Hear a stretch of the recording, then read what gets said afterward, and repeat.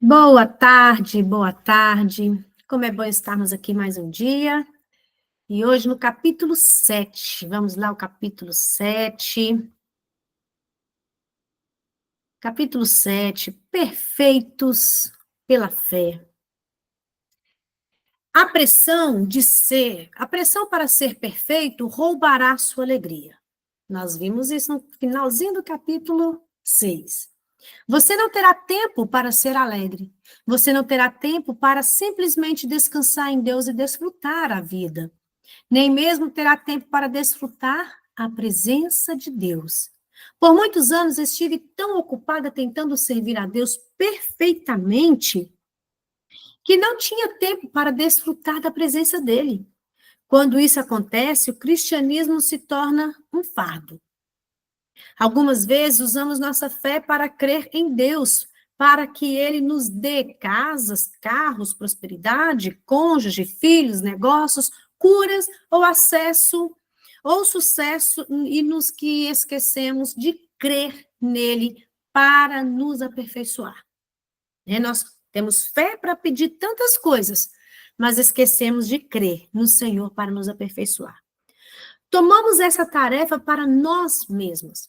Cada dia, acordamos com uma lista daquilo que não devemos fazer e nos esquecemos de envolver nisso tudo, falhamos. Esquecemos de envolver Deus nisso tudo e falhamos. Enquanto Jesus está intercedendo por nós à direita do Pai, ele deve estar dizendo: eles ainda não entenderam a mensagem, eles ainda não compreenderam que, sem mim, nada podeis fazer. Sem o Senhor, nada nós podemos fazer. Nada, nada, nada. Espera aí, vou voltar aqui. Isso, aí ficou melhor. Nada nós podemos fazer sem o Senhor. Há somente uma forma de obter a perfeição legalmente, e pela fé. É pela fé no sangue de Jesus Cristo. Você não pode obtê-la de qualquer outro jeito. Diga-me, vocês que estão inclinados a estar sob a lei, já observam que a lei realmente diz? Vocês observam? Gálatas 4:21. O Antigo Testamento dizia: se você fizer todas essas coisas, será aprovado. Mas era impossível guardar todas as leis. Isso era um fardo, um trabalho árduo. Isso roubava a alegria das pessoas. Deixe-me parafrasear Gálatas 4:21. Digam-me, vocês que estão inclinados a tentar comprar a perfeição com suas obras, você fez e ouviram que a lei realmente diz? Então, no restante de Gálatas 4, o Espírito Santo continua a contrastar a antiga aliança e a nova aliança. A primeira tratava-se de uma aliança de obras e de tentar alcançar a perfeição por si próprio. A outra é a aliança da promessa, quando Deus diz: tudo o que eu peço a vocês é que creiam em mim. Conservem seus olhos em mim, e eu farei as coisas acontecerem no devido tempo. Uma é a aliança de obras, e a outra é a aliança da fé. E assim é em cada área da nossa vida. Gálatas 3:10 diz que aqueles que vivem sob a pressão da lei são condenados a frustrações. Contudo, muitas pessoas nunca pensam em aplicar a fé para alcançar a perfeição. Uma das minhas mensagens mais populares é sobre a graça de Deus. Eu a chamo de graça, graça e mais graça. Quando Deus me deu essa mensagem, eu estava a ponto de me destruir tentando fazer obras. Eu estava ocupada dia e noite, tentando comprar perfeição com meu próprio esforço e pagando um alto preço por isso. Eu estava desistindo de minha alegria, estava desistindo da minha saúde, estava me consumindo. Minha mente era uma confusão. Eu era alguém muito miserável. Esse tipo de esforço realmente rouba a força de uma pessoa. Isso simplesmente a desgasta e a faz sentir cansada. Jesus disse em Mateus 11:28, vinde a mim todos vocês que estão cansados e sobrecarregados, e eu os farei descansar. Eu aliviarei, refrigerarei e reconfortarei suas almas. Muitos cristãos se esforçam em fazer as obras pela sua própria carne, tentando servir a Deus. Eles gastam tanto tempo tentando ser bons que nem mesmo têm energia para orar e se deixarem realmente desfrutar Deus ou o modo de vida do reino que ele oferece. Ou seja, vive no automático, né? Se houvesse qualquer esperança de que eu pudesse viver uma vida perfeita com minhas próprias forças, não creio que Jesus precisaria ter o trabalho de ser meu contínuo intercessor ao deixar seu ministério na terra. Por que precisamos de um intercessor? Porque há uma brecha entre nós e Deus, e não sabemos como preencher esse espaço. Assim, Deus colocou um intercessor que se coloca na brecha e faz toda a diferença. Enquanto estivermos neste corpo terreno, sempre haverá uma brecha entre nós e Deus. Deus é perfeito em todos os seus caminhos. E eu não sou, mas Jesus, meu intercessor, está fechando essa brecha, pois ele sim é perfeito. Ele está na brecha por mim dia e noite. Quando eu deixar essa terra e for para o céu, ele não precisará mais fazê-lo. Mas enquanto estiver aqui, ele é minha perfeição.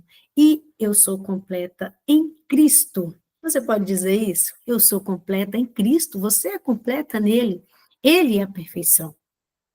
Deus nos escolhe propositadamente. Paulo diz que Deus propositadamente escolhe as coisas fracas e tolas do mundo para que ele possa usá-las e confundir as coisas sábias. 1 Coríntios 1, 27. Ele quer que aqueles que são sábios em si mesmos olhem para aqueles que estão sendo usados por Deus e digam: você? Ele quer surpreendê-los. Anos atrás, logo após Deus ter me chamado para o ministério, ele me deu uma visão sobre como planejaria e me usar. Eu era uma jovem, eu era imatura e contava às pessoas a respeito disso. Certa noite, uma jovem aproximou-se de mim numa festa da igreja e disse: alguém me disse que você pensa que terá um dos maiores ministérios conduzido por uma mulher desta nação. Você realmente disse isso? Respondi: sim, creio que o Senhor me disse isso. Retrucou: francamente, com sua personalidade, não sei como isso poderia acontecer. Ela realmente me disse isso. No início, eu tinha um orgulho carnal suficiente para pensar: espere e verá. Mas Deus me humilhou a ponto de eu reconhecer que isso jamais aconteceria sem Ele. Eu tive de encarar a mim mesma, assim como eu era, e começar a dizer: não posso fazer sem o Senhor, meu Deus. Deus quer nos colocar numa posição na qual o mundo nos veja e diga: isso é poder de Deus em operação. Por que você pensa que Jesus escolheu aqueles discípulos? Se ele estivesse buscando perfeição, provavelmente não teria escolhido cobradores de impostos e pescadores. Cobradores de impostos eram odiados nos dias de Jesus. Eles eram os piores dos piores. Ninguém suportava cobradores de impostos. Contudo, Jesus disse a Mateus: quero usar você, siga-me. Tudo o que ele tinha de fazer para qualificar-se era seguir Jesus. Jesus não entregou um formulário aos candidatos a discípulos e lhes disse: descreva todas as suas qualificações. Ele não disse: bem, você ficará comigo algumas semanas e eu observarei quantos erros comete. Tudo o que ele disse foi: sigam-me, sejam meus discípulos, aprendam de mim, aprendam sobre mim e desejem ser como eu, e eu vos farei pescadores de homens. Eu os usarei. Sim, Deus escolhe as coisas fracas e tolas deste mundo propositadamente, para que as pessoas possam olhar para elas e dizer: isso só pode ser Deus. É isso que Ele quer. Ele quer nos usar e que as pessoas saibam que isso é obra dele. Gente, vocês não alegram com isso, não? Eu fico tão feliz que o Senhor nos escolheu, mesmo sendo nós pequenas diante dele. Né? O Senhor escolhe as coisas, as pessoas mais simples. Então, olha com esse olhar de gratidão: o Senhor me escolheu. E o Senhor pode me usar para confundir muitas pessoas. Isso é motivo de muita alegria. Eu digo às pessoas em todos os lugares: você não poderia acreditar na confusão e desolação em que eu estava. Você não acreditaria no passado que tive. E olha o que Deus está fazendo agora. O que você poderia dizer diante disso, a não ser, isso só pode ser Deus. Mas se ele tivesse começado com alguém que não tinha problemas, alguém que fosse polido e pudesse falar tudo corretamente, as pessoas poderiam dar crédito a Joyce Meyer, em vez de dar a Deus. Deus e eu não temos qualquer problema em saber de quem é o crédito. Sei de onde vem a habilidade, e as ocasiões em que cometo erros servem como doloroso lembrete de quem eu sou. Olha que maravilhoso, né? Deus, a glória toda pertence a Deus. Mas quando ela erra, ela entende que vem a lembrança de quem ela é. Porque nós, como seres humanos, estamos sujeitos a errar, mas o perfeito não erra, o Senhor não erra. Então aqui, olha, isso é para nos lembrar que nós somos fracos, nós somos miseráveis, e é a graça do Senhor que nos mantém de pé. Li essa declaração recentemente. Deus deixa patentes as imperfeições de alguns dos seus santos escolhidos propositadamente, apenas para mantê-los numa posição em que ele possa usá-los. Pense sobre isso. Quão orgulhosos e altivos seríamos se passássemos 3 dias sem cometer um único erro? Como agiríamos? Imediatamente nos tornaríamos mestres de todos. Cada pessoa imperfeita teria de submeter a nossa instrução perfeita e nos deixar dizer-lhe como poderia tornar-se perfeita, assim como nós. Seríamos orgulhosas e arrogantes, e isso impediria Deus de nos usar. Deus usa homens e mulheres humildes, e não aqueles que pensam que são capazes em si mesmos. Então, esforçando-se para ser um cristão maduro. Estamos aqui, porque nós queremos aprender. Estamos nos esforçando. A maturidade cristã não é necessariamente fazer tudo perfeito ou nunca cometer um erro. É conhecer a Cristo e o poder da sua ressurreição. Sabemos que cometemos erros, mas se admitirmos nossos pecados e sinceramente nos arrependermos, ele é fiel para nos perdoar e purificar de toda injustiça, 1 João 1,9. Creio que o cristão maduro, como está sob o sangue, em vez de sob condenação. Eu acho que vocês já até decoraram esse versículo, de tanto que eu falei aqui já, 1 João 1,9. E em Filipenses 3, Paulo disse que ele não chegará ainda ao lugar ideal de perfeição, mas estava determinado a prosseguir para o alvo. Numa parte do versículo 15, ele continua: assim que aqueles de nós que são espiritualmente maduros e adultos tenham esse propósito e mantenham essa convicção. Um cristão maduro certamente estará tentando fazer o seu melhor e a cada dia e fazê-lo com motivação certa, que é o seu amor por Jesus. Não motivação errada para mostrar, mas sim pelo amor ao Senhor. Somos feitos justos com Deus por intermédio do sacrifício e do derramamento de sangue de Jesus Cristo, e não dos nossos esforços para agradar a Deus. Não gaste sua vida tentando agradar a Deus para que Ele possa te amar ou abençoá-la mais, porque Deus, Ele é amor. Ele já ama você incondicionalmente, mesmo antes que você prestasse qualquer atenção nele. Ele prometeu que nunca rejeitá-lo, de nunca rejeitá-lo, se você crer nele. Um cristão maduro sabe que, mesmo fazendo o seu melhor, ainda cometerá erros. Ele também sabe que viver sob condenação, autoaversão e autorrejeição não ajudará a ter uma vida mais santa. Um cristão maduro faz o seu melhor e confia em Deus para fazer o restante. O diabo está sempre presente para condená-lo, mesmo quando você comete um pequeno erro. Ele quer que você passe seus dias sentindo-se mal a respeito de si mesma, sentindo-se como derrotado. Não caia na sua armadilha. Não caia na armadilha do inimigo. Quando você está sob condenação, é difícil orar e servir a Deus de alguma forma. A culpa e a condenação o deixam sob tremenda pressão. E há muitos outros efeitos colaterais negativos. Isso pode causar todo tipo de dano, desde dificuldades para você prosseguir, até mesmo trazer uma enfermidade física. Olha a armadilha do inimigo, que é a culpa, é a condenação. Quando você cai nessa armadilha, você pode ficar até doente. E tem muitos danos. Outra coisa que acontece é que colocamos um peso nos outros para serem perfeitos se vivermos sob tal peso também. Expectativas irrealistas colocam uma grande pressão nos relacionamentos.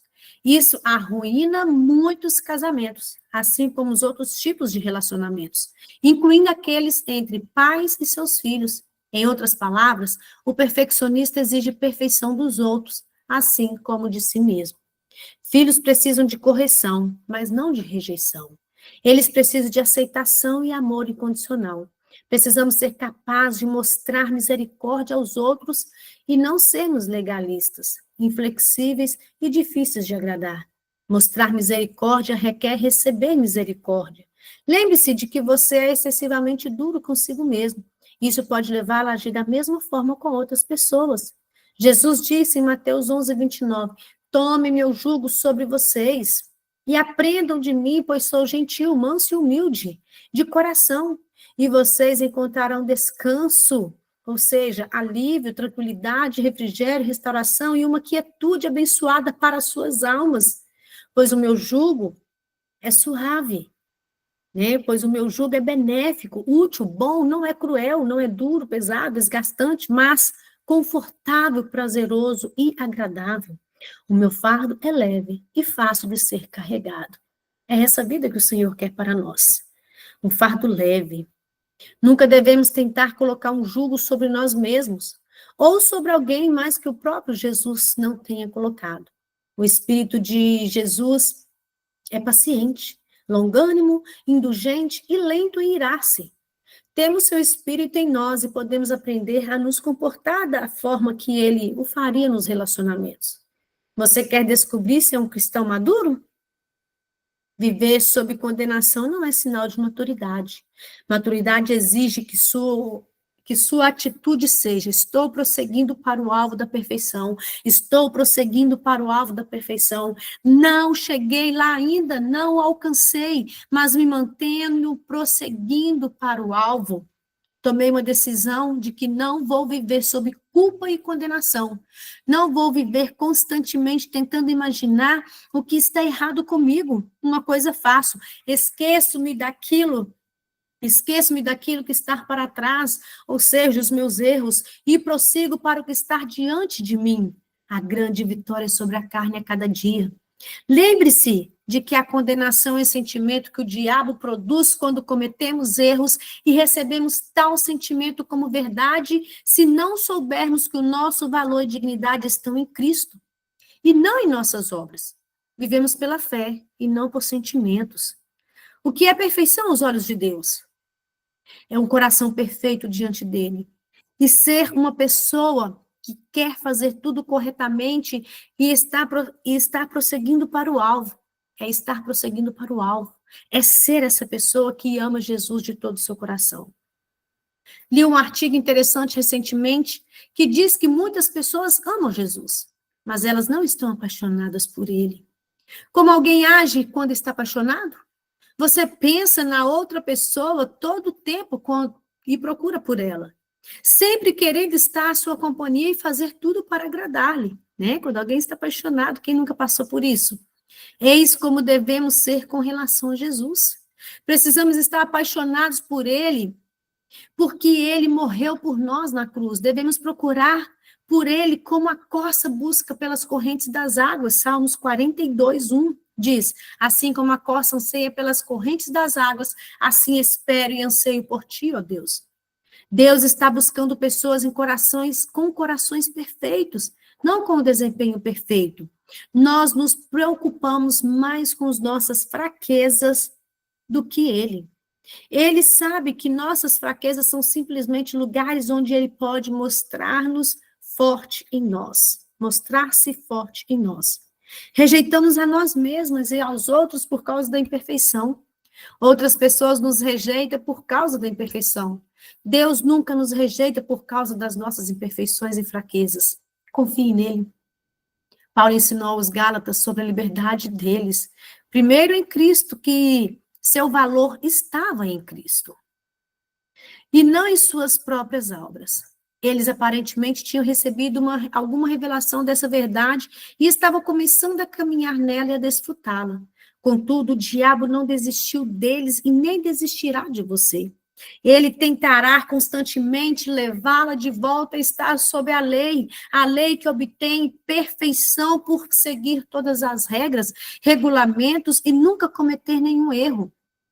Paulo os instruiu não somente a se esforçarem para ser livres, mas também não perderem a libertação e a liberdade já conquistadas. Eles tinham recebido certa medida de liberdade. E então Paulo percebeu que eles estavam mudando e voltando para o lugar de origem. Eles estavam desistindo da sua liberdade e voltando para a escravidão da lei.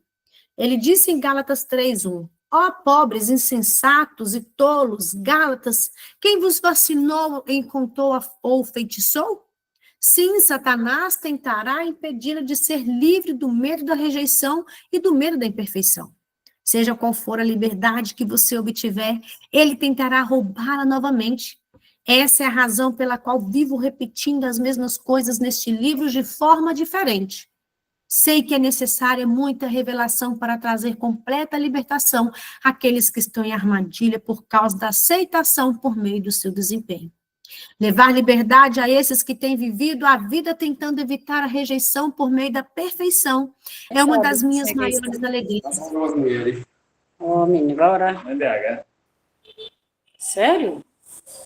Só um minutinho, gente. Entendeu? Mãezinha, fecha o microfone, por favor. Esperando o quê? Deu problema aqui.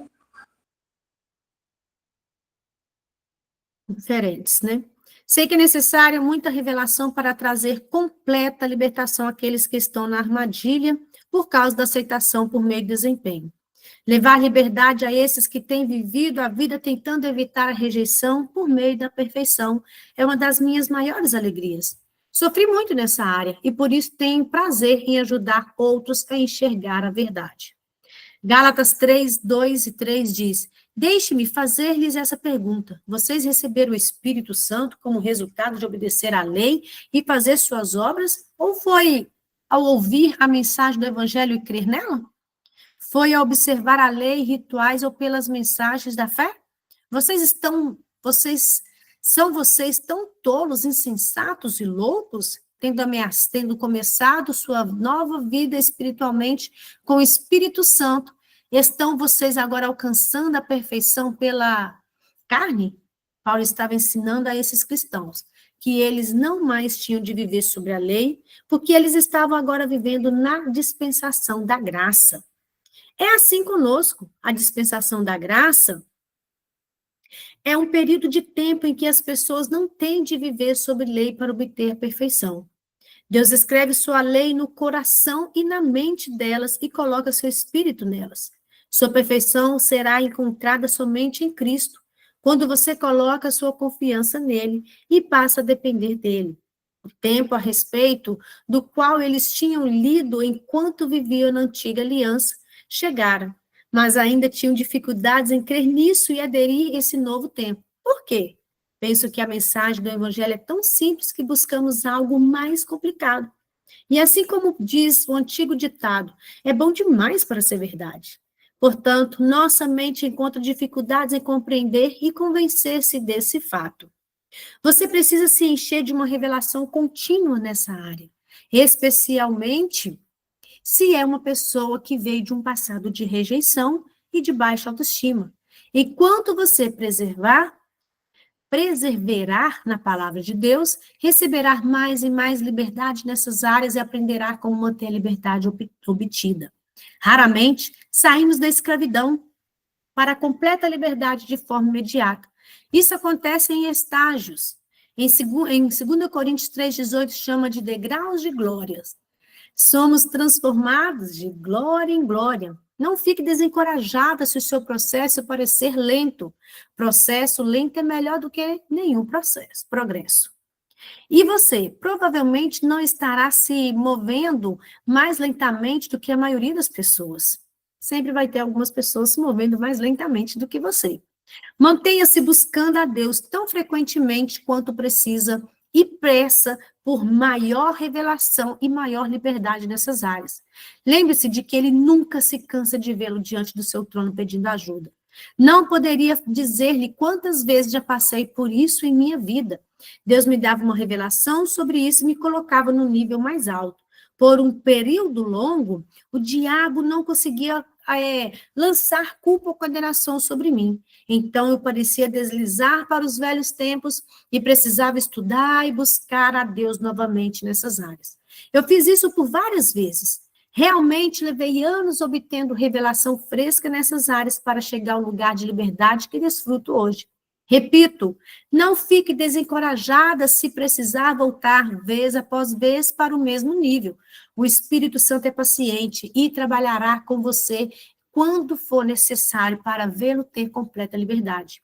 Dependa dele inteiramente para revelar-lhe o que você precisa ver. Não pense que as expectativas de Deus são como as expectativas do homem. Ele sabe que somos cheios de fraquezas. Cerca de 3 anos atrás, Deus me deu uma revelação maravilhosa sobre as fraquezas e como cada ser humano as possui. Ele me revelou que eu cometeria alguns erros enquanto estivesse no corpo carnal. Todos cometem erros. Uma vez que finalmente compreendi isso, libertei-me de pressionar a mim mesma e aos outros para ser perfeita. Isso é muito sério. Muitas vezes nós vivemos essa prisão, né? De sermos perfeitas e não podemos cometer erro. E acabamos fazendo isso, às vezes com filhos, com outras pessoas. Então, vamos libertar disso, com a graça do Senhor. A Bíblia repetidamente diz: graça e paz vos sejam multiplicadas. Note que a graça vem antes da paz. Eu tive que saber como receber a graça de Deus antes de desfrutar da paz. A graça é a capacidade de Deus que vem a mim para me ajudar a fazer o que não posso fazer sem Ele. Deus nos deixa numa posição onde devemos depender dEle, somente dEle. 1 Coríntios 13 está escrito: mas quando o completo e perfeito vier, o que é incompleto e imperfeito se desvanecerá. Quando Jesus voltar para nos buscar, tudo que é incompleto e imperfeito se desvanecerá. Até lá, tenho o privilégio de depender dele, assim como você. O que isso tem a ver com rejeição? Tudo. Pessoas tentam pagar preço da perfeição para que os outros não a rejeitem. Pessoas tentam arduamente ser perfeitas para que Deus não as rejeite. Embora Ele tenha nos assegurado muitas vezes em Sua palavra que Ele nos ama e nunca nos rejeitará, são os sentimentos que nos enredam muitas vezes. Sentimos que devemos comprar a aceitação de Deus. O preço? Nossa própria perfeição. Você consegue perceber quanto a rejeição e a perfeição estão relacionadas? Lembre-se de que Jesus disse: eu vim para que possam desfrutar a vida e tê-la em abundância, até a plenitude e até transbordar. João 10, 10. Enquanto você lê esse livro, creio que os seus olhos estão sendo abertos e você deixará de tentar comprar a proteção contra a rejeição por meio da perfeição. Creio que você estará entrando num novo tempo em sua vida, por poder desfrutar a presença de Deus, a si mesmo e a vida mais do que antes. Dependa dele, não dependa da lei. Deixe-me mencionar Gálatas 3:10 novamente. Tudo que depende da lei está buscando ser justificado pelas obediências à lei e rituais. Está sob maldição e condenado à frustração. Não quero que você tenha de viver mais assim. Deus não quer que você tenha de viver mais sob esse peso. Estou certa de que você não quer viver mais dessa forma. Trabalhar e sempre se sentir frustrado. Por quê? Embora tente tão arduamente, não atinge o resultado esperado. Seu aperfeiçoamento não virá por meio de esforço próprio. Ele vem da dependência de Deus e da sua fé nele. Ele permite que façamos um esforço, mas deve ser o esforço feito enquanto dependemos dele, e não um esforço sem ele. Vamos ler novamente o conhecido trecho das Escrituras, João 15:5. Eu sou a videira, vocês os ramos. Quem vive em mim e eu nele, dá muito fruto, abundante. Contudo, sem mim, separados de uma união vital comigo, vocês nada podem fazer. Não temos de viver sob maldição da frustração. Cada vez que você falhar e sentir-se desapontada consigo mesmo, olhe para Jesus, aquele que é perfeito. E quanto à rejeição dos outros, Jesus disse, não se preocupe com isso. Se eles rejeitar vocês, estão rejeitando a mim. Isso foi o que ele disse a 70 discípulos quando os enviou. Obviamente, eles estavam preocupados se seriam ou não rejeitados. Jesus diz, se eles rejeitarem a vocês, estarão rejeitando a mim. Mantenham seus olhos em Jesus. Ele foi rejeitado também, mas a Bíblia diz, a mesma pedra que os edificadores rejeitaram e desprezaram, tornou-se a pedra principal e angular. Mateus 21, 42. Se você mantiver seus olhos em Jesus, aqueles que rejeitaram um dia contemplarão enquanto o próprio Deus o levanta para ser semelhante à pedra angular. Aqueles que rejeitaram olharão para você e dirão, não posso acreditar nisso, e você dirá, eu também não, mas a Bíblia diz para os homens isso é impossível, mas todas as coisas possíveis são para Deus. Costumava me preocupar com a confusão em que me encontrava até o dia em que recebi a revelação de que Deus criara o mundo a partir do nada. Pensei, bem, Deus, se o Senhor pode fazer tudo o que nós vemos a partir do nada, certamente pode fazer um pouco mais a partir da confusão que eu sou. Assim, darei ao Senhor a minha confusão, a confusão em que eu estou.